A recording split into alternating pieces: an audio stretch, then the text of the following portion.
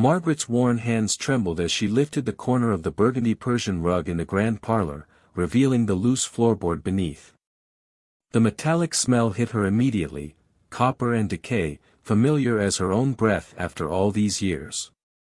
She pressed the board back into place, her knees creaking against the hardwood as she smoothed the rug's intricate patterns over the hidden cavity below. 27 years of this ritual, and still her heart hammered against her ribs like a caged bird. The autumn light filtered through the tall windows of Thornfield Manor, casting long shadows across the polished mahogany furniture. Margaret had dusted every surface in this room 1,000 times, memorized every curve of the ornate molding, every thread in the heavy draperies. But it was what lay beneath the floorboards that haunted her dreams and turned her waking moments into careful choreography around unspeakable truths. "Margaret?" The voice of Mrs. Thornfield drifted from the staircase, honeyed and dangerous. "Have you finished in the parlor, dear?" Margaret's spine stiffened at the endearment. Mrs. Victoria Thornfield had never called anyone dear in her life unless she wanted something, or unless she was reminding them of their place. The woman's voice carried the same false sweetness she'd used 27 years ago when Margaret first discovered what kind of family she'd come to work for. "Nearly finished, ma'am." Margaret's voice came out steady, practiced. She'd learned long ago to keep the tremor from her words even when her hands betrayed her fear. The floorboard beneath the rug held fragments of a traveling merchant who'd asked too many questions about the previous maid's sudden departure. His teeth had rattled like dice when Mr. Thornfield stuffed them through the gap in the planks. The stairs creaked under Mrs. Thornfield's measured descent. Margaret could picture her without looking, tall and elegant in her emerald silk dress, graying hair pinned in perfect waves, pale blue eyes that missed nothing and forgave less. She'd been beautiful once, before the years of calculated cruelty had carved permanent lines around her mouth. "The Weatherby family will be calling this afternoon," Mrs. Thornfield announced as she glided into the parlor. Her gaze swept over Margaret's work with the sharp attention of a woman accustomed to finding fault. "I trust everything will be presentable." Margaret nodded, her calloused hands smoothing an imaginary wrinkle from her gray wool dress. Presentable meant more than polished silver and fresh flowers. It meant the secrets stayed buried, the lies stayed consistent, and the bodies stayed hidden beneath their feet. The Weatherbys were old friends of the Thornfields, wealthy coal mine owners who'd known the family for decades. They'd attended dinner parties in this very room while sitting above the remains of people whose names they'd never learned. "Of course, ma'am. The good china is already laid out in the dining room." Margaret's response came automatically, worn smooth by repetition like stones in a riverbed. She'd served tea to dozens of guests who unknowingly dined above a charnel house, their laughter echoing through rooms that had witnessed more death than the town cemetery. Mrs. Thornfield's fingers drummed against the door frame, a habit that always preceded uncomfortable conversations. "Margaret, you've been with us a very long time. Longer than any servant we've ever employed." The woman's tone carried an edge that made Margaret's stomach clench. "I hope you understand how much we appreciate your discretion." The word discretion hung in the air like smoke from a funeral pyre. Margaret understood its weight, its implications, its price. Discretion had cost her a normal life, a family of her own, peaceful sleep. It had transformed her from an innocent girl desperate for work into something she barely recognized in the mirror, a woman whose hands were stained with more than furniture polish and floor wax. "I understand perfectly, ma'am." Margaret met Mrs. Thornfield's gaze for a brief moment before lowering her eyes in the deference expected of her station. But in that instant, she saw something new in the woman's pale stare, a flicker of uncertainty, perhaps even fear. After 27 years, Margaret had become more than a servant. She was a witness, a keeper of secrets, a living repository of evidence that could destroy the Thornfield family with a single confession. Mrs. Thornfield's lips curved into what might have been a smile on anyone else's face. On hers, it looked like a wound barely healed. "I knew I could count on you, dear." You've always been so understanding." She turned to leave, then paused at the doorway. "Oh, and Margaret?" Mr. Thornfield mentioned that young Timothy from the stable has been asking questions about the previous groundskeeper. "Perhaps you could have a word with him about minding his own affairs." The blood drained from Margaret's face as Mrs. Thornfield's footsteps faded down the hallway. Timothy was barely 16, eager and curious in the way that got people buried beneath floorboards. The previous groundskeeper, old Henrik, lay under the rose garden after catching Mr. Thornfield disposing of a traveling preacher's belongings in the spring of 1889. Margaret had helped dig that grave herself, her shovel biting into earth that already held too many secrets. She sank into the velvet armchair beside the fireplace, her legs suddenly unable to support her weight. The chair had been Mrs. Thornfield's favorite until the night she'd used it to bludgeon a housemaid who'd threatened to expose their crimes. The blood had never completely come out of the fabric, despite Margaret's efforts with lye soap and prayers. 27 years of this madness, and Margaret was no closer to escape than the day she'd first witnessed murder in this house. She was bound to the Thornfields by threads of fear, guilt, and economic desperation that had only grown stronger with time. Her own complicity weighed on her soul like stones in her pockets, dragging her deeper into a darkness she'd never imagined possible.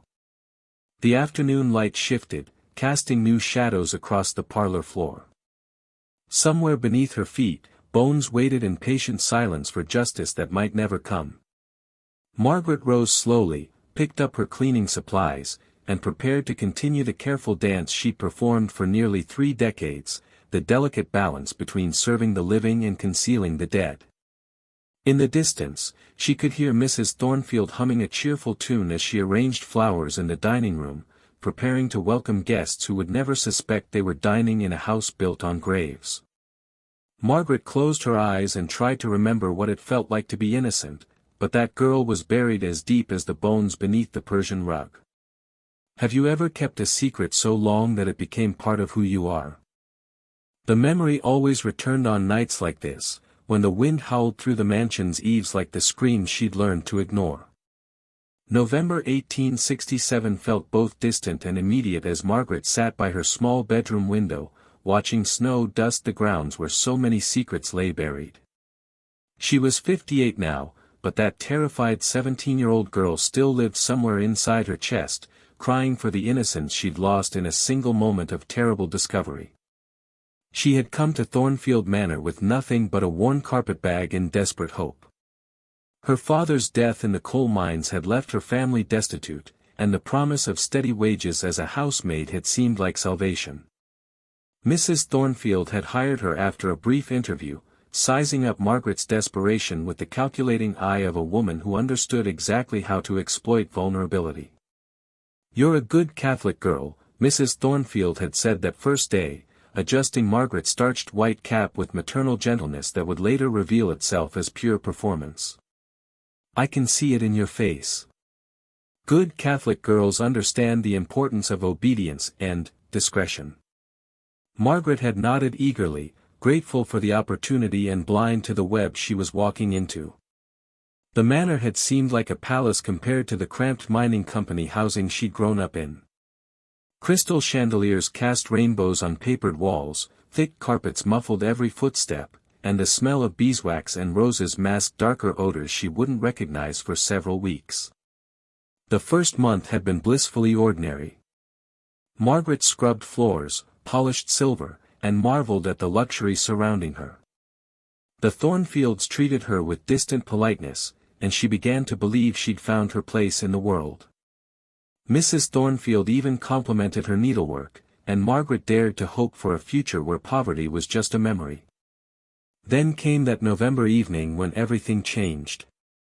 Margaret had been dusting the leather-bound volumes in Mr. Thornfield's study, working by lamplight while the family attended a dinner party in town. She'd always found the room unsettling, dark wood paneling seemed to absorb light, and the mounted deer head stared down with glassy accusation. But the work needed doing, and Margaret took pride in maintaining every corner of the great house. The sound of the front door slamming made her jump, nearly dropping her feather duster. Heavy footsteps echoed through the hallway, accompanied by a man's voice speaking in urgent, angry tones. Margaret recognized Mr. Harrison Thornfield's baritone, but couldn't make out his words through the heavy oak door. "Please, sir, I only wanted to discuss the matter reasonably," came another voice, unfamiliar, younger, with the careful diction of education. "Surely we can reach some accommodation that benefits us both." Margaret froze, her hand still gripping the duster.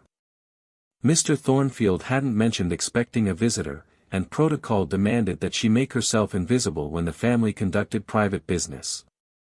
She moved toward the door, intending to slip out quietly and continue her work elsewhere. "There is no accommodation," Mr. Thornfield's voice carried clearly now, cold as January wind. "You've seen too much, asked too many questions. Did you really think you could come into my home and make threats?" "They weren't threats, sir. I merely suggested that certain irregularities in the mine's safety reports might warrant investigation. The families of those dead miners deserve." The sound that cut off the visitor's words wasn't one Margaret immediately recognized. A wet, heavy thud followed by something metallic clattering to the floor. Then silence so complete it seemed to press against her eardrums. Margaret's hand found the door handle before rational thought could stop her. She turned it slowly, easing the door open just enough to peer through the gap. What she saw in that moment would replay behind her eyelids for the rest of her life. Mr. Thornfield stood over a crumpled figure near the fireplace, the iron poker still gripped in his right hand. The visitor, a young man in a brown wool coat, lay motionless on the Persian carpet, dark liquid spreading beneath his head like spilled ink. His eyes stared at nothing, reflecting the dancing flames from the hearth. "You're a good girl, Margaret," Mr. Thornfield said without turning around, his voice steady despite the blood splattered across his white shirt. "Good girls understand that some things are better left unsaid. Your family needs this position, doesn't it?" Margaret's breath caught in her throat. He'd known she was there, known she'd witnessed everything. The casual way he spoke, as if discussing the weather rather than murder, chilled her more than the corpse bleeding onto his expensive carpet. This wasn't passion or accident, it was calculation. "Your mother is sick, I believe," Mr. Thornfield continued, finally turning to face her. His gray eyes held no remorse, no fear, only the patient certainty of a man accustomed to getting his way. "Consumption is expensive to treat. And your younger brothers, they'll need work soon, won't they? The mines are dangerous places for boys who lack protection." The threat wrapped itself around Margaret's chest like iron bands. Her mother was indeed dying slowly, coughing blood into rags that Margaret washed and re-washed until her hands cracked from the lye. Her brothers, 12 and 14, would indeed need work soon, and the Thornfields owned interests in half the mines in the county. A word from them could mean the difference between survival and starvation. I don't understand what you mean, sir," Margaret whispered, though understanding crashed over her like a cold wave. The choice being offered wasn't really a choice at all. Mr. Thornfield smiled then, the same pleasant expression he wore when greeting guests at dinner parties. "Of course you don't. Because there's nothing to understand." Mr. Pettigrew came to discuss business, became agitated, and left rather suddenly. "You were upstairs mending linens the entire time. Isn't that right?" Margaret looked again at the young man's body, Mr. Pettigrew, apparently a mine inspector or safety official who'd gotten too close to whatever corruption the Thornfields were hiding. His wedding ring caught the firelight, and she wondered if somewhere a wife was waiting for him to come home. "Yes, sir," she heard herself say. "I was mending linens upstairs." "Excellent." Mr. Thornfield set the poker back in its stand, the metal ringing against stone. "Now, I'm going to need your help with some housekeeping.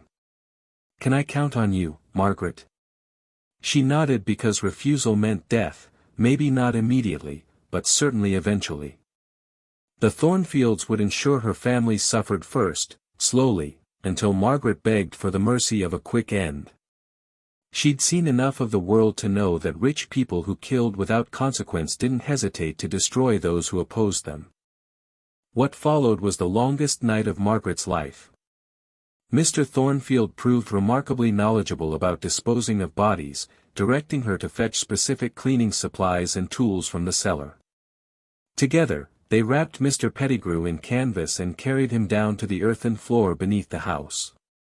Mr. Thornfield had already selected a spot behind the furnace, as if he'd planned for this eventuality. "The lime will help," he explained conversationally as Margaret held the lantern and tried not to vomit. "And the house has been in our family for 3 generations. No one questions what we do with our own property." They buried Mr. Pettigrew 6 feet down, filling the grave with stones and dirt until no trace remained. Mr. Thornfield insisted on thoroughness, testing each shovelful to ensure the ground looked undisturbed. By dawn, they'd returned upstairs to scrub bloodstains from the study carpet and replace the damaged Persian rug with one from the guest bedroom. "You did well tonight," Mr. Thornfield told her as the first pale light crept through the windows. "Mrs. Thornfield and I have always believed in rewarding loyalty. Your wages will be doubled, effective immediately." Margaret stared at the gold coins he pressed into her palm, more money than her father had earned in 6 months of dangerous mine work. Blood money, payment for her silence and complicity. But it would buy her mother's medicine and keep her brothers fed for months. "Thank you, sir," she whispered, hating herself for the gratitude in her voice. Mr. Thornfield patted her shoulder with fatherly affection, his hand still carrying the smell of lime and death. "Welcome to the family, Margaret. I have a feeling you're going to be with us for a very long time." As Margaret climbed the narrow stairs to her room that morning, she carried more than exhaustion and trauma. She carried the weight of a choice that would define every day of her remaining life, the choice to prioritize survival over justice, silence over truth. Mr. Pettigrew's widow would never know what happened to her husband. His children would grow up believing their father had simply abandoned them. And Margaret would spend the next 27 years helping to ensure they never learned otherwise. By the 3rd year, Margaret had developed a system. The bodies were always small, servants who asked too many questions, tradesmen who'd seen too much, occasionally a guest who'd wandered into the wrong room at the wrong time. Mr. Thornfield would summon her with a particular bell, 3 short rings followed by 2 long ones. She would come with her cleaning supplies and her practiced blindness. The cellar held secrets deeper than coal mines. Margaret had helped dig 7 graves in the earthen floor, each marked only by her silent count. The Thornfields called it housekeeping, and Margaret had learned to think of it the same way, just another mess to clean, another stain to scrub away. Winter had settled over Millbrook with unusual severity in 1870, and the frozen ground made outdoor burial impossible. This practical concern had led to the expansion of their underground cemetery, as Mr. Thornfield euphemistically called it. Margaret had grown stronger over the years, her arms developing muscle from wielding shovels and moving deadweight. She could dig a proper grave in under 2 hours now, her technique refined through grim repetition. Martha was always too curious for her own good, Mrs. Thornfield observed, stepping delicately around the fresh grave where the previous cook now rested. The woman had discovered Mrs. Thornfield poisoning a traveling merchant's tea and had foolishly believed she could demand hush money rather than simply leaving. "I do hope her replacement will be more focused on her duties." Margaret pressed lime into the earth with mechanical precision, her face a mask of concentration. Martha had been kind to her, sharing recipes and stories of her childhood in Ireland. She'd made the best apple tarts Margaret had ever tasted, and her laugh had brightened even the darkest winter mornings. Now she was just another layer of bone and flesh feeding the cellar's hungry earth. "The new girl starts Monday," Mr. Thornfield added, appearing at the bottom of the wooden stairs with a bottle of wine and 2 glasses. He'd taken to celebrating their housekeeping sessions, as if murder had become a social occasion. Young Irish girl, desperate for work. Her references were adequate.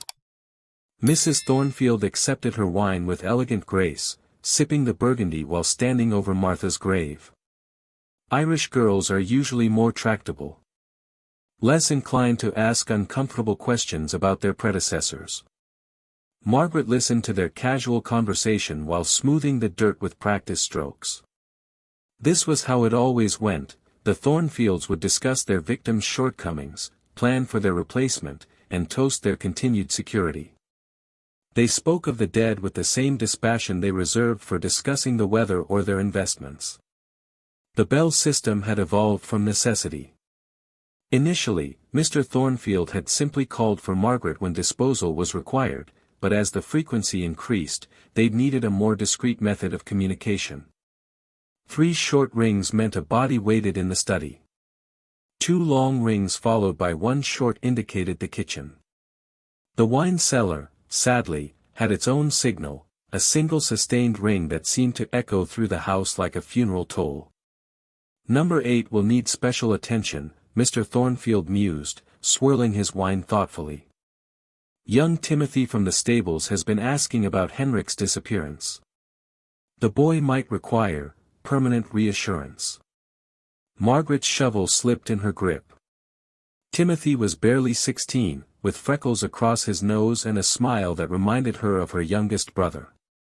He'd been nothing but respectful and hardworking since joining the household staff 6 months ago. His only crime was natural curiosity about his predecessor's sudden departure. "Please, sir," Margaret found herself saying before wisdom could stop her. "The boy means no harm. He's just young and eager to please. Perhaps if I spoke with him." Mrs. Thornfield's laugh was like breaking glass. "Oh, Margaret, still so tender-hearted after all these years. It's almost endearing." She moved closer, her silk dress rustling against the stone walls. "But you know as well as we do that loose tongues lead to uncomfortable questions. And uncomfortable questions lead to—" She gestured at the freshly filled grave.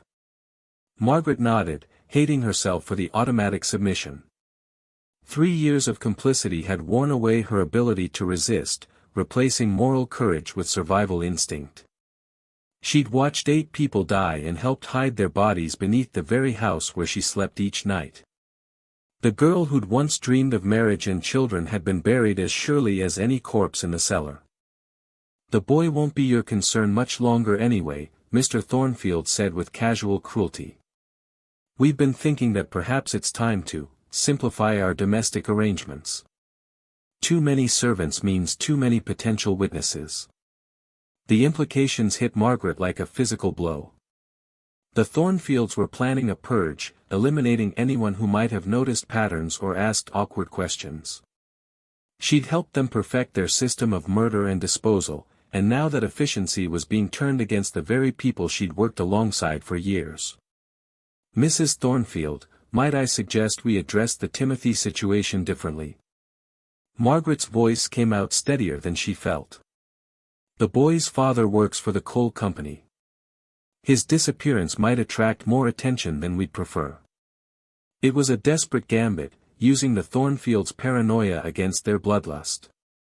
But Margaret had learned their psychology over 3 years of intimate collaboration. They killed to protect their secrets, not for pleasure. If she could convince them that murdering Timothy would create more problems than it solved, the boy might live. Mrs. Thornfield paused, considering. "An interesting point. The coal company workers are already suspicious after the mine accidents. Another mysterious disappearance might prove inconvenient." Mr. Thornfield drained his wine glass, studying Margaret with calculating eyes. "You're becoming quite strategic in your thinking, my dear. Perhaps we should consider expanding your responsibilities." The suggestion chilled Margaret more than the cellar's perpetual dampness. She was already drowning in complicity, her soul stained beyond any hope of redemption. The idea of taking a more active role in their murders felt like signing away the last vestige of her humanity. "I serve best by maintaining discretion and efficiency in current capacities," she replied carefully. "My value lies in being overlooked, unremarkable. Additional responsibilities might compromise that advantage." It was the right answer. The Thornfields valued her precisely because she was invisible, a servant so commonplace that guests forgot her presence entirely. She cleaned their crime scenes, helped dispose of their victims, and maintained the fiction of normalcy that protected their reputation. Her anonymity was their greatest asset. "Wise as always," Mr. Thornfield agreed. "Very well, we'll find another solution for young Timothy. Perhaps a transfer to our Pittsburgh interests would be more permanent." Margaret understood the euphemism. Timothy would be sent to work in the most dangerous sections of their mines, where accidents happened with predictable frequency. It wasn't murder in the technical sense, but the outcome would be identical. The boy would die, and his death would appear to be nothing more than industrial misfortune. As they climbed back to the main house, Margaret carried Martha's personal effects in a cloth bundle, a few coins, a locket with a daguerreotype of parents she'd never see again, and a small Bible worn smooth from constant reading. These items would join the others in Margaret's room, a growing collection of memories from people the world had forgotten. The routine continued as it always did. Margaret burned Martha's bloody clothing in the kitchen stove, scrubbed the wine cellar floor until no trace of violence remained, and prepared the house for another day of careful normalcy. By morning, she would have engaged a new cook, rehearsed the story of Martha's sudden departure, and begun the delicate process of ensuring that no one asked too many questions. 3 years had transformed her from reluctant witness to efficient accomplice.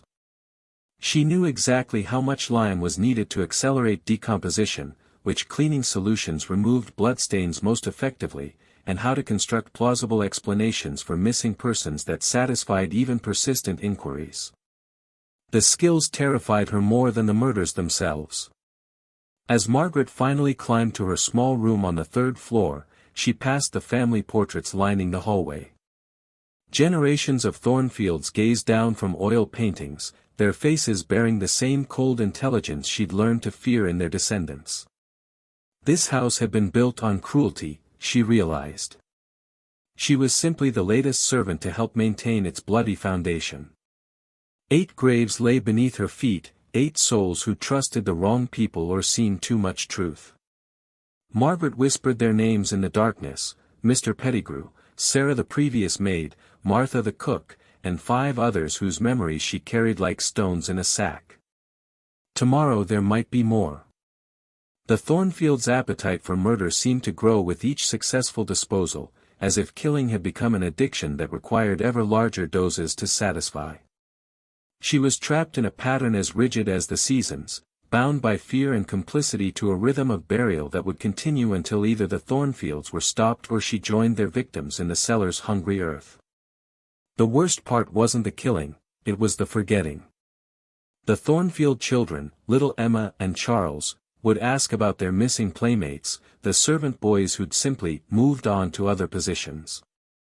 Margaret would lie with the same steady voice she used to recite evening prayers, watching innocence die a little more in their trusting eyes. "Where did Tommy go?" 8-year-old Emma asked one morning, her porcelain doll clutched against her chest. "He promised to show me his card tricks." Margaret's hands stilled on the breakfast dishes. Tommy's body lay 6 feet beneath the kitchen garden, his deck of cards buried with him. The boy had been teaching Emma simple sleight-of-hand tricks during his breaks from stable work, creating a friendship that had sealed his fate when he'd accidentally witnessed Mr. Thornfield disposing of a traveling preacher's belongings. "He went to work for a family in Philadelphia, sweetheart. Sometimes people have to go away to find better opportunities." The lie came easily after 5 years of practice, but it left ash in Margaret's mouth. She'd helped bury Tommy herself just 2 weeks ago, his young face frozen in the surprise of betrayal. Emma's lower lip trembled. But he didn't say goodbye. Tommy always said goodbye. Sometimes grown-ups have to leave quickly, Margaret continued, hating herself for each word. But I'm sure he thinks of you often and hopes you're practicing those card tricks. Charles, 2 years older and already showing signs of his father's calculating nature, looked up from his breakfast. Father says servants come and go like seasons. There's no point getting attached to them. The casual cruelty in the 10-year-old's voice chilled Margaret more than his father's deliberate malice. Charles was learning that human beings were disposable, that attachment to those beneath his station was foolish sentiment. She was watching evil take root in another generation, nurtured by proximity to his parents' crimes. Everyone deserves to be remembered kindly, Margaret said quietly, meeting Charles's eyes with more directness than her position usually allowed. Tommy was a good boy who worked hard and treated others with respect. Those are qualities worth mourning when they're gone. Mrs. Thornfield swept into the breakfast room at that moment, her silk morning dress rustling like dead leaves. What are we discussing so seriously this morning? Tommy, Emma said, her voice small and sad. Margaret says he went to Philadelphia, but I don't understand why he couldn't say goodbye. Mrs. Thornfield's gaze flicked to Margaret with sharp warning before softening into maternal concern. Oh, darling, you mustn't dwell on such things. Servants are like seasonal flowers. They bloom for a while, bring us pleasure, then fade away to make room for new growth. It's simply the natural order. Margaret watched Emma absorb this lesson in casual dehumanization, her young mind filing away the understanding that people like Margaret and Tommy were temporary fixtures rather than real individuals worthy of lasting regard. The girl would grow up believing that emotional distance from the serving class was not just appropriate but necessary. Will Margaret go away too? Emma asked, unconsciously voicing Margaret's own deepest fear.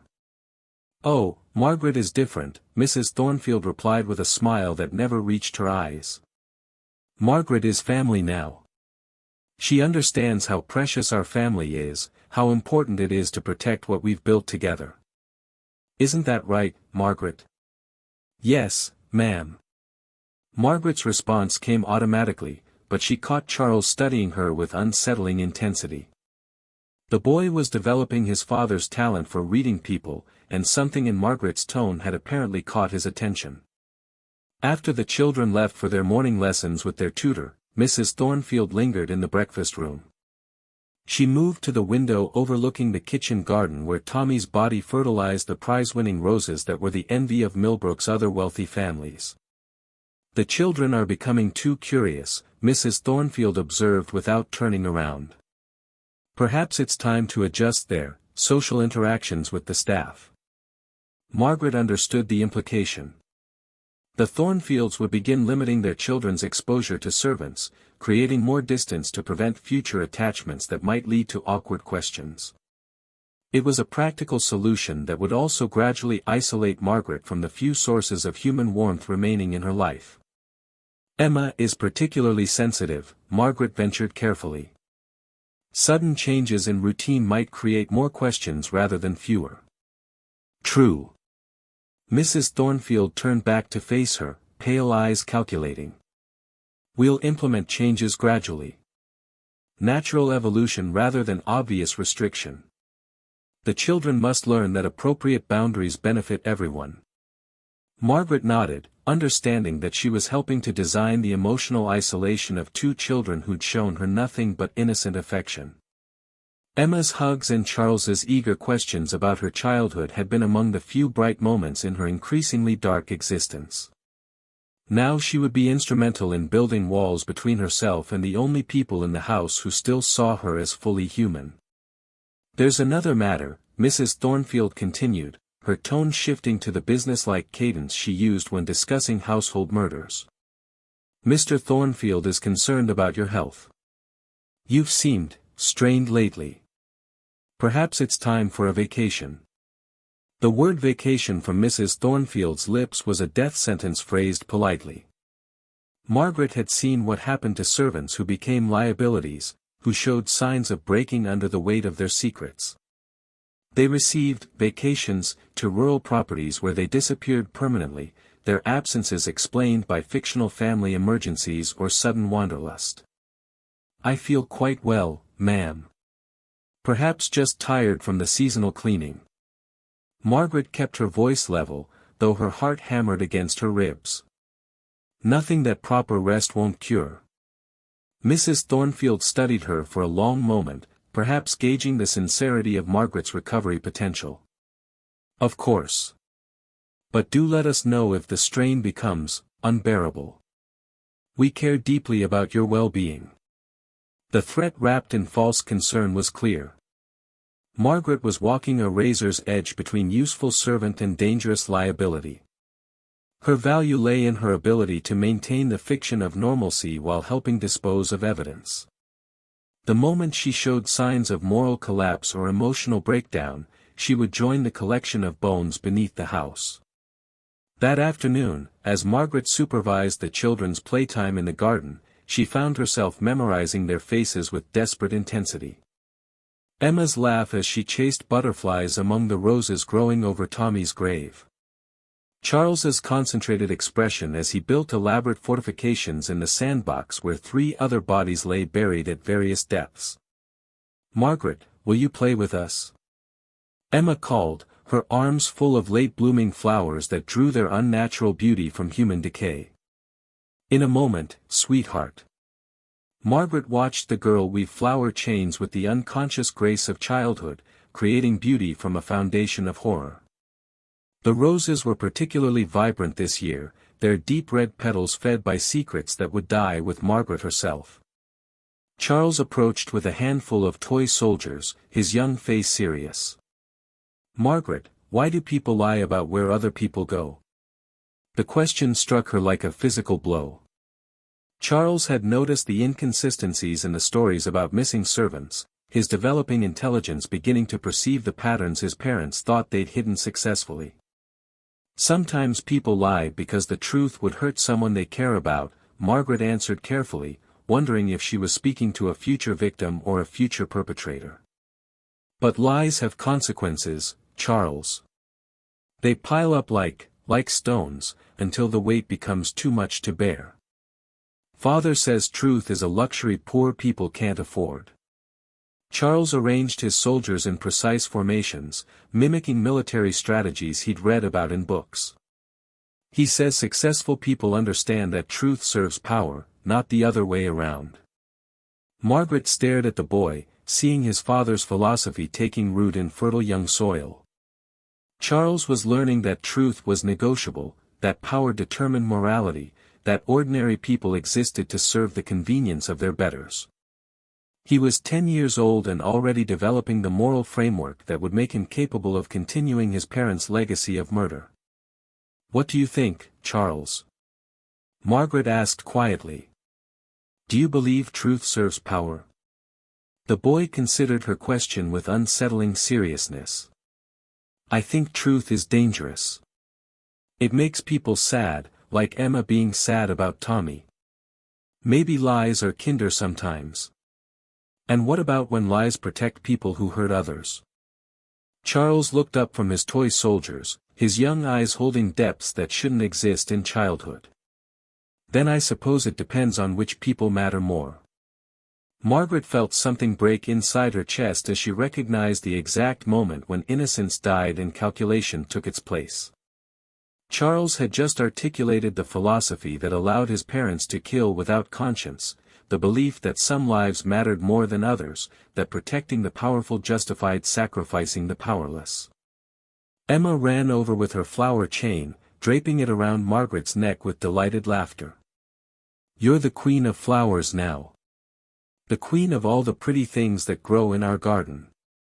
Margaret looked down at the beautiful roses growing from Tommy's grave, felt the weight of Charles's developing cruelty, and understood that she was trapped in a hell more complete than any theologian had ever imagined. She was queen of a garden built on bones, protector of children who were learning that murder was just another household chore, servant to a family that had transformed evil into everyday routine. "Yes, sweetheart," she whispered to Emma, touching the flowers that bore the sweet scent of corruption. "Queen of all the pretty things." 20 years in, Margaret had become more than a maid, she was the keeper of the Thornfield's darkest legacy. She knew which floorboards concealed which bones, which garden plots held which secrets. The mansion had become a mausoleum with living residents, and Margaret its silent curator. But secrets have weight, and after 2 decades, Margaret was breaking under the burden. She began talking to the dead in whispered conversations while she worked, apologizing to victims whose names she'd never learned. The Thornfields noticed her decline with the calculating eyes of predators sensing weakness. The morning ritual had become automatic: check the loose boards in the parlor, test the cellar door's lock, ensure no telltale odors had seeped through the floorboards overnight. Margaret moved through these tasks with the precision of a cathedral sexton tending sacred spaces, except her sanctuary was built on profaned ground and her congregation consisted entirely of the murdered dead. "Good morning, Mr. Pettigrew," she whispered to the floorboard that concealed the merchant's remains. "The roses are blooming beautifully this year. I thought you'd want to know." These conversations had started innocuously enough, brief acknowledgments while cleaning, simple updates about weather or seasonal changes. But as the years accumulated and the body count rose, Margaret's whispered communications had evolved into elaborate dialogues with victims she'd helped conceal. She knew it was madness, but madness felt more honest than the careful sanity required to serve breakfast above a charnel house. "Tommy, your Emma is 16 now," Margaret murmured while dusting the mantelpiece in the front parlor. "Beautiful as her mother, but with her father's eyes. Cold eyes, I'm afraid. The children have learned their lessons too well." The sound of footsteps on the main staircase cut short her morning communion with the dead. Margaret quickly resumed her dusting, but not before catching Mrs. Thornfield's reflection in the mirror above the fireplace. The woman stood motionless on the landing, pale eyes fixed on Margaret with the intensity of a hawk watching prey. "Talking to yourself again, Margaret?" Mrs. Thornfield descended the stairs with predatory grace, her morning dress a shade of burgundy that reminded Margaret uncomfortably of dried blood. "That's becoming quite a habit. Just working through my daily tasks, ma'am. Sometimes speaking aloud helps me remember everything that needs attention." Margaret's explanation came smoothly, but she could see doubt flickering in Mrs. Thornfield's expression. After 20 years of collaboration, the woman knew Margaret's habits too intimately to be easily deceived. Mrs. Thornfield moved closer, studying Margaret's face with clinical detachment. "You look tired, dear. Perhaps the work is becoming too much for someone of your advancing years." The phrase carried lethal implications. Margaret was 37 now, no longer the desperate girl who'd stumbled into the Thornfields' web of murder. But she wasn't old enough to justify retirement, and the Thornfields had never allowed any servant to leave their employment alive. The suggestion of her advancing years was a polite prelude to permanent disposal. "I feel quite capable, ma'am. Perhaps just the change of seasons affecting my sleep." Margaret forced brightness into her voice while mentally cataloging escape routes and weapons within reach. The fireplace poker that had killed Mr. Pettigrew still sat in its brass stand, close enough to grab if desperation overcame survival instinct. "Of course." Mrs. Thornfield's smile held all the warmth of January frost. "Still, Mr. Thornfield and I have been discussing whether it might be time to simplify our household arrangements. Fewer servants means fewer complications." Margaret's blood turned to ice water.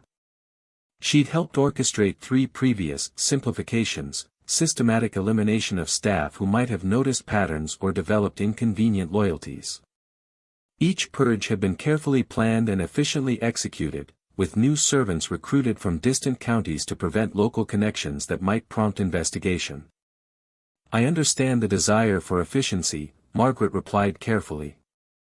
"Perhaps reducing the number of day workers while maintaining essential permanent staff would achieve the desired simplification without disrupting established routines." It was a desperate attempt to position herself as indispensable rather than expendable. Margaret had indeed become essential to the Thornfields' operations. She knew every burial site, every fabricated explanation, every detail of their 20-year murder spree. But that knowledge made her valuable only as long as her loyalty remained absolute. The moment they suspected her commitment was wavering, her insider information would transform her from asset to liability. Mrs. Thornfield nodded thoughtfully, but her expression remained calculating. Your institutional knowledge is certainly valuable. But knowledge can become a burden, can't it? Sometimes people find themselves overwhelmed by the weight of what they know. The conversation was a verbal chess match with Margaret's life as the stake. Mrs. Thornfield was probing for signs of psychological breakdown, testing whether Margaret could continue functioning as their accomplice or whether she'd become a danger to their security. The wrong answer would seal Margaret's fate as surely as any confession to the authorities. Knowledge brings responsibility, Margaret agreed. But I've always found purpose in fulfilling my responsibilities completely. The Thornfield family has provided me with stability and security for 20 years. Such loyalty deserves to be protected. Mrs. Thornfield's eyes narrowed slightly, perhaps detecting the subtle emphasis Margaret had placed on the word protected. The implication was clear: Margaret's silence protected the Thornfields, but their continued survival also protected Margaret's secrets. It was mutually assured destruction disguised as servant loyalty. Indeed, mutual protection has always been the foundation of our relationship. Mrs. Thornfield moved to the window overlooking the garden where so many bodies fertilized the prize-winning landscaping. Though I sometimes wonder if the isolation of this life weighs heavily on you. No family of your own, no connections outside this house. Margaret recognized the fishing expedition for what it was. Mrs. Thornfield was assessing whether Margaret had formed external relationships that might compromise her discretion or provide alternative sources of support that could reduce the Thornfields' leverage over her. This house has been my family, Margaret replied with carefully modulated warmth. The work here provides all the purpose and companionship I require. Outside entanglements would only complicate the dedication this position demands. It was the right answer, but Margaret could see Mrs. Thornfield filing away every nuance of her response for later analysis. The woman had developed a predator's instinct for weakness over 2 decades of murder, and she sensed something different in Margaret's demeanor, a subtle shift that suggested the careful balance of their arrangement might be deteriorating. Perhaps it's time Margaret joined her friends downstairs, came Mr. Thornfield's voice from the doorway, his tone carrying the casual cruelty that had terrified Margaret for 20 years. The servants have been chatty lately, asking questions about their predecessors. Margaret might provide the perfect opportunity to remind everyone about the importance of discretion. Margaret's heart hammered against her ribs as she realized the true purpose of this conversation. The Thornfields weren't simply considering her elimination, they were planning to use her murder as an object lesson for the remaining staff. Her death would serve the dual purpose of eliminating a potential threat while terrorizing other servants into absolute compliance. An interesting proposition, Mrs. Thornfield mused, studying Margaret like a specimen in a jar. Though Margaret's disappearance might prompt more questions than it answers. She's been here longer than anyone. People might wonder. People wonder about many things, Mr. Thornfield replied, entering the room with the confident stride of a man who'd never faced consequences for his actions. They rarely act on their curiosity. Especially when the alternative is joining her. Margaret stood frozen between them, recognizing the moment when 20 years of careful survival might finally reach their end. She'd helped them perfect their system of murder and concealment, and now that expertise was being turned against her with surgical precision. The only question was whether she would die quietly like their other victims or attempt some desperate gambit that might save her life while destroying theirs. I should mention, Margaret said quietly, her voice steady despite the terror clawing at her chest, that I've taken certain precautions over the years. Insurance, you might call it. Both Thornfields went very still. Mrs. Thornfield's pale eyes sharpened with interest and concern, while Mr. Thornfield's hand moved instinctively toward the pocket where he kept his favorite killing knife. "What sort of precautions?" Mrs. Thornfield asked, her voice carrying the dangerous calm that preceded violence. Margaret had no insurance, no hidden documents or secret arrangements that could protect her from the Thornfields' wrath. But desperation made her bold, and she'd learned enough about their psychology to understand that uncertainty was sometimes more powerful than truth. "The kind that activate automatically if something unfortunate were to happen to me," Margaret replied, meeting their stares with borrowed courage. 20 years is a long time to observe and remember. Long enough to ensure that certain information finds its way to interested parties should I fail to prevent its release.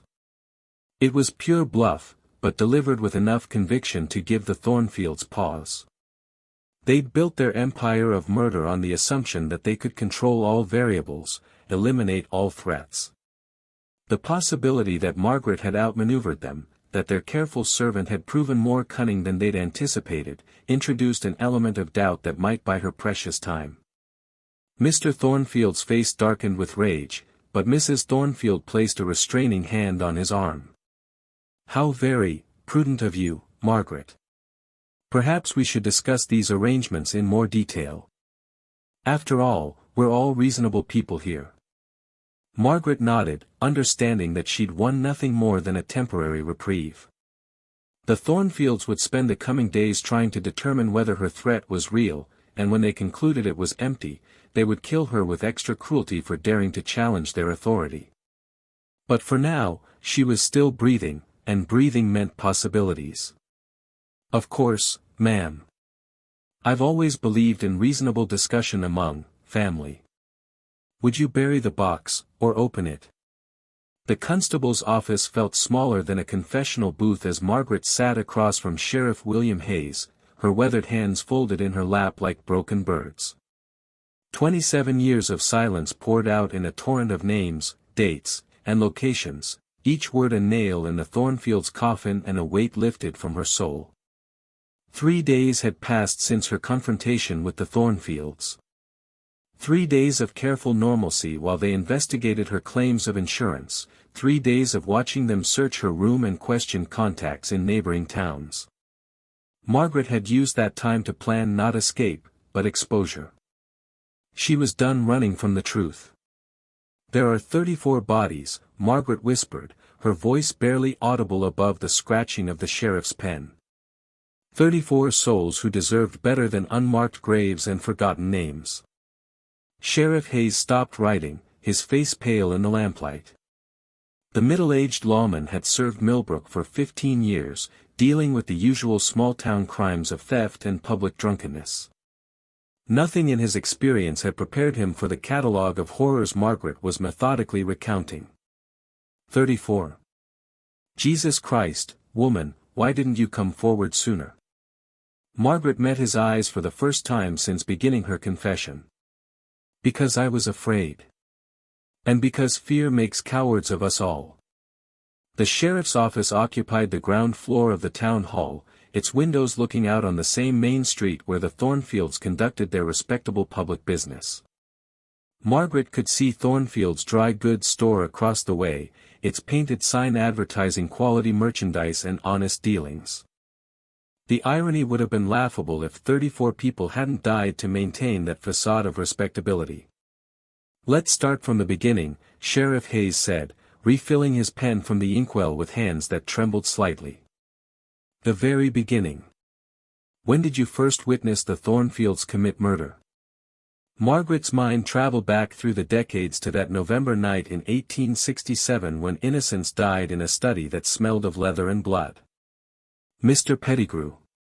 Mine inspector from the county office. November 15, 1867. Mr. Harrison Thornfield killed him with the fireplace poker after Mr. Pettigrew threatened to investigate safety violations. Where is the body? Cellar of Thornfield Manor. 6 feet down, behind the furnace. Wrapped in canvas and covered with lime." Margaret's voice remained steady, but tears had begun tracking down her cheeks. He had a wedding ring. Gold band with an inscription I never got close enough to read. Sheriff Hayes wrote frantically, trying to capture every detail of Margaret's methodical testimony. She'd rehearsed this confession for 3 sleepless nights, organizing 27 years of horror into chronological order. Names, dates, methods of murder, burial locations, she'd committed it all to memory with the precision of a bookkeeper balancing ledgers. The second was Sarah Mullins, the previous housemaid. February 1868. Mrs. Thornfield strangled her with a curtain cord after Sarah discovered them counting the money they'd stolen from Mr. Pettigrew's wallet. Location: kitchen garden, beneath the rose bushes on the south side. 4 feet down, no lime that time. They learned about lime from Mr. Pettigrew's murder. Margaret's clinical recitation masked the emotional devastation each memory carried. Sarah was 19. She'd been saving money to bring her mother over from County Cork. The list continued with mechanical precision.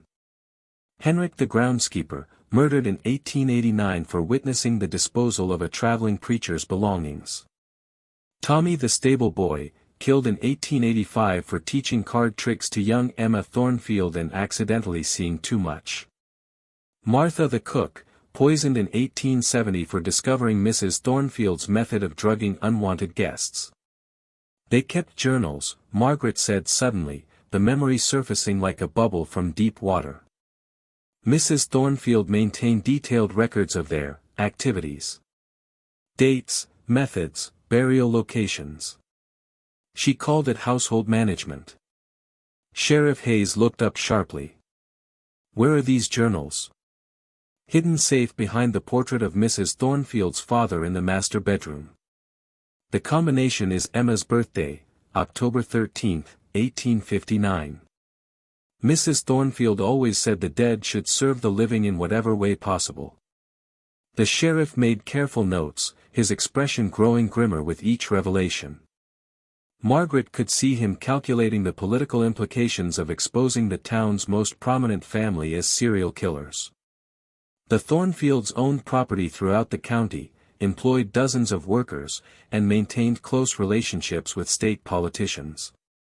Their fall would send shockwaves far beyond Millbrook's borders. Margaret, I have to ask, why now? What changed after all these years? Margaret was quiet for a long moment, considering how to explain the erosion of fear that had finally allowed truth to surface. They were planning to kill me. After 27 years of faithful service, they decided I was becoming a liability. I realized that my silence hadn't protected me, it had only delayed my own murder. What made them suspicious? I'd started talking to the dead. Margaret's admission came out barely above a whisper. While I worked, I would speak to the victims. Tell them about the weather, about news from town, about how their gardens were growing. Mrs. Thornfield heard me and decided I was losing my mind. Sheriff Hayes studied her with professional assessment. And were you losing your mind? Margaret considered the question seriously. Perhaps. How does a person maintain sanity while living above 34 graves? I think speaking to the dead was the only way I could acknowledge their humanity, even if I couldn't give them justice. The sheriff nodded slowly, understanding more than Margaret had expected. Where are the Thornfields now? At home, preparing for their weekly dinner party. They're hosting the Weatherbys and the Ashfords tonight, serving wine and discussing business while sitting above the bones of people they murdered. Margaret's voice carried bitter irony. They believe they've identified and neutralized my insurance policy. They plan to kill me tomorrow morning and tell everyone I suffered a sudden heart attack. And this insurance policy didn't exist. I was bluffing, buying time to decide whether to run or fight. Margaret straightened in her chair, feeling decades of weight lifting from her shoulders. I chose to fight. Not with violence, but with truth. Sheriff Hayes closed his notebook and studied Margaret's face in the flickering lamplight. You understand what happens next. Once I act on this information, there's no going back. The Thornfields will hang, but your own complicity. I helped bury 34 people, Margaret interrupted. I cleaned their blood, hid their belongings, and lied about their disappearances for 27 years. I'm not seeking absolution, Sheriff Hayes. I'm seeking justice for the dead, even if it costs me my life. The sheriff stood and walked to the window, looking out at the respectable facade of Millbrook's Main Street. Somewhere in the darkness beyond town, Thornfield Manor squatted like a cancerous growth on the landscape, its elegant rooms concealing decades of systematic murder.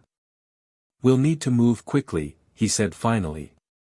If they suspect you've come forward, they might try to destroy evidence or flee. Margaret shook her head.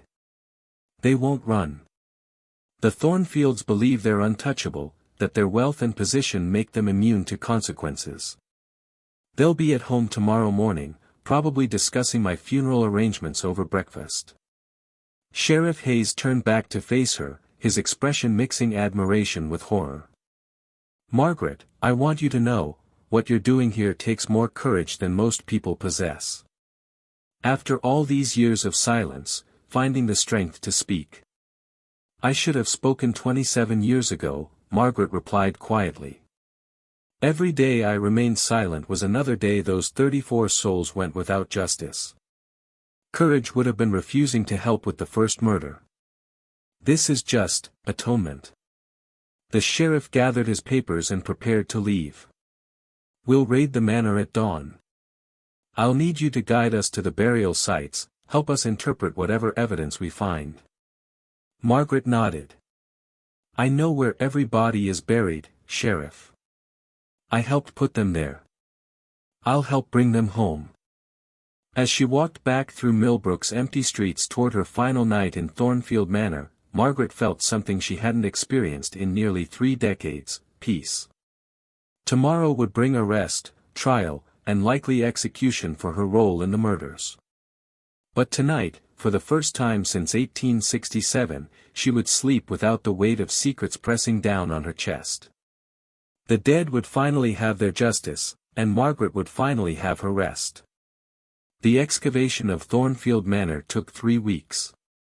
Each day brought new horrors to light as Sheriff Hayes's men worked systematically through the house and grounds, following Margaret's precise directions to every hidden grave. The townspeople gathered behind police barriers, watching in horrified fascination as their respected neighbor's property revealed its macabre secrets. Margaret stood at the cemetery gates, watching the proper burials she'd helped arrange for the Thornfields' victims. 34 simple wooden crosses marked graves that finally had names, ages, and dates, human dignity restored to those who'd been reduced to bones beneath Persian rugs. The morning of the raid had unfolded with the precision of a military operation. Sheriff Hayes had arrived at dawn with deputies from 3 neighboring counties, surrounding Thornfield Manor as the family sat down to breakfast. Margaret had watched from the sheriff's carriage as the Thornfields were led away in shackles, their faces showing the first cracks in 27 years of absolute certainty. Mrs. Thornfield had looked directly at Margaret through the carriage window, her pale eyes burning with hatred and betrayal. "You ungrateful wretch," she'd hissed as the deputies loaded her into the prison wagon. "After everything we gave you, everything we taught you. You taught me that some secrets are too heavy for one person to carry," Margaret had replied quietly. "And that justice delayed is not justice denied, just justice made more precious by its rarity." The excavation had begun that same afternoon. Margaret guided the workers to each burial site with the methodical precision she'd once applied to hiding the evidence.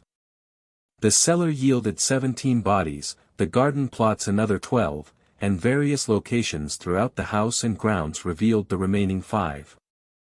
Each discovery validated Margaret's testimony and added another charge to the indictments against the Thornfields. The town's reaction had evolved from disbelief through horror to a kind of morbid fascination. Millbrook found itself at the center of a scandal that drew newspaper reporters from Philadelphia and New York.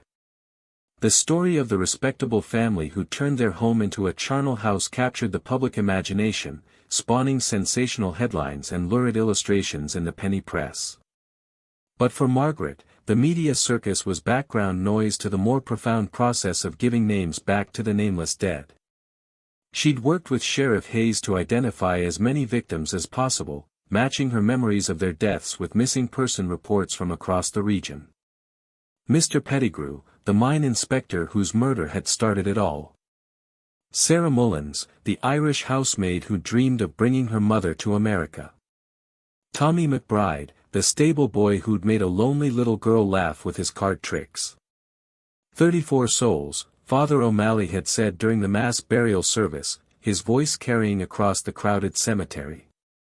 34 of God's children who were denied the dignity of death and the comfort of prayer. Today we restore what was stolen from them, acknowledgement, remembrance, and rest. Margaret had wept openly during the service, 27 years of suppressed grief finally finding release. She'd known these people, cleaned up after their murders, and helped erase them from the world.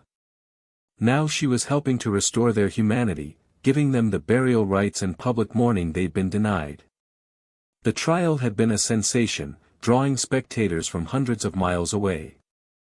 Margaret's testimony lasted 4 days, her clinical recitation of murder after murder holding the courtroom in horrified silence. She detailed methods, locations, and motives with the precision of a court stenographer, her memory sharpened by decades of guilt and fear. The Thornfield's defense attorney had tried to portray Margaret as an unreliable witness, a madwoman whose fantasies had grown into delusions of conspiracy. But the physical evidence supported every aspect of her testimony. The hidden journals, the burial sites, the personal effects of the victims, everything corroborated her account of systematic murder spanning nearly 3 decades. Harrison Thornfield had maintained his innocence throughout the trial, claiming that Margaret had killed the victims herself and fabricated evidence to frame the family. Victoria Thornfield had been more pragmatic, eventually confessing to her role in exchange for life imprisonment rather than execution. Her testimony confirmed Margaret's account while adding chilling details about the family's motivations and methods. "We never intended for it to become extensive," Mrs. Thornfield had told the court, her voice barely audible. "The first death was necessity, Mr. Pettigrew threatened our business interests. But once you cross that line, every subsequent decision becomes easier. One body demands another, one secret requires a dozen more. We told ourselves we were protecting our family, our position, our future. I see now that we were simply protecting our ability to kill without consequence." The jury had deliberated for less than 2 hours. Harrison Thornfield received the death penalty for 34 counts of murder. Victoria Thornfield was sentenced to life imprisonment at Eastern State Penitentiary. Their children, Emma and Charles, now 18 and 20 respectively, were placed in the custody of distant relatives who agreed to change their names and relocate far from Pennsylvania. Margaret's own trial had been more complex. Her attorney, provided by a Philadelphia Legal Reform Society, argued that she'd been coerced into complicity through threats and economic desperation. The prosecution maintained that 27 years of willing participation made her equally culpable for the murders. The judge had struggled with the unprecedented nature of Margaret's case. She was simultaneously victim and perpetrator, witness and accomplice, the key to justice and a participant in the crimes she'd exposed. Her willingness to confess and cooperate had saved dozens of families from eternal uncertainty about their missing loved ones, but couldn't erase her role in concealing 34 murders. Margaret O'Sullivan, Judge Harrison had pronounced, "You have committed crimes that cry out for the severest punishment. But you have also demonstrated a courage that few possess, the courage to destroy your own life in service of truth and justice. This court sentences you to 20 years imprisonment, with the possibility of parole after 10 years based on your continued cooperation and evidence of genuine redemption." Margaret had accepted the sentence without protest. 20 years seemed like a light punishment for 27 years of complicity, and the possibility of eventual freedom was more than she dared hope for when she first walked into Sheriff Hayes's office. The Thornfields hanged 3 days before Christmas, their necks snapping with the same casual finality they'd once shown their victims. Margaret didn't attend the execution. She was too busy tending the graves of those who'd waited 27 years for justice. Prison had brought Margaret an unexpected peace. The certainty of punishment, the acknowledgement of her crimes, the knowledge that the truth had finally been told, all of it lifted burdens she'd carried so long she'd forgotten what freedom felt like. She worked in the prison laundry, attended chapel services, and wrote letters to the families of victims who wanted to understand what had happened to their loved ones. Some families forgave her. Others did not.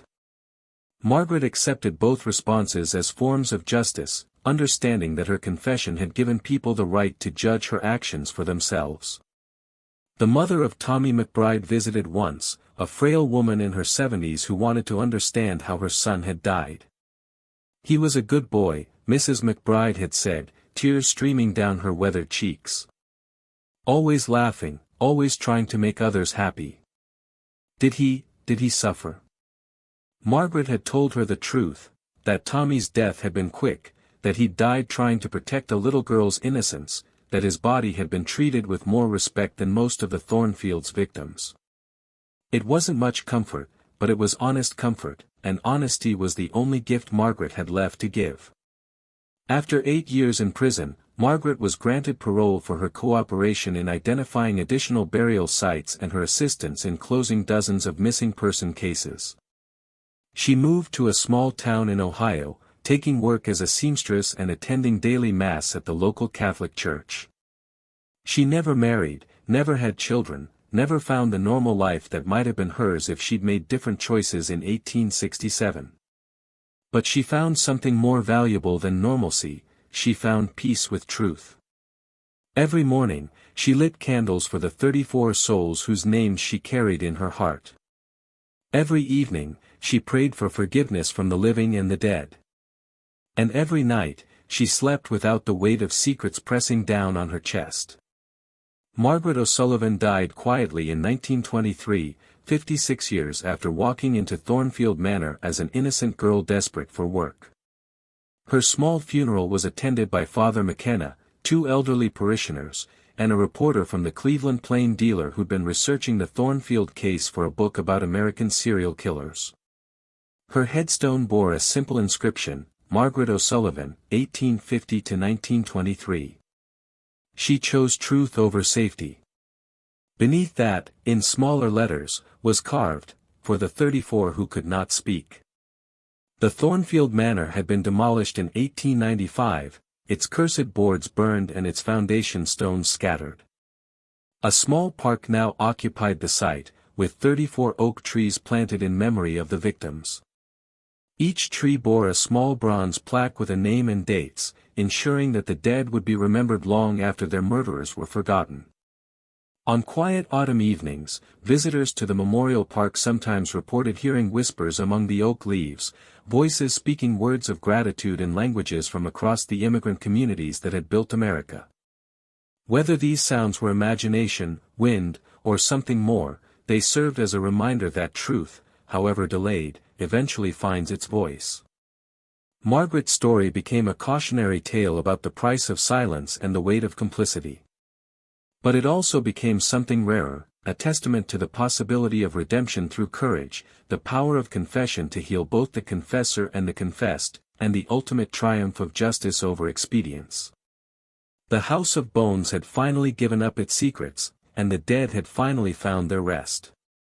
If you stayed with Margaret's story to the end, comment, truth always rises from beneath.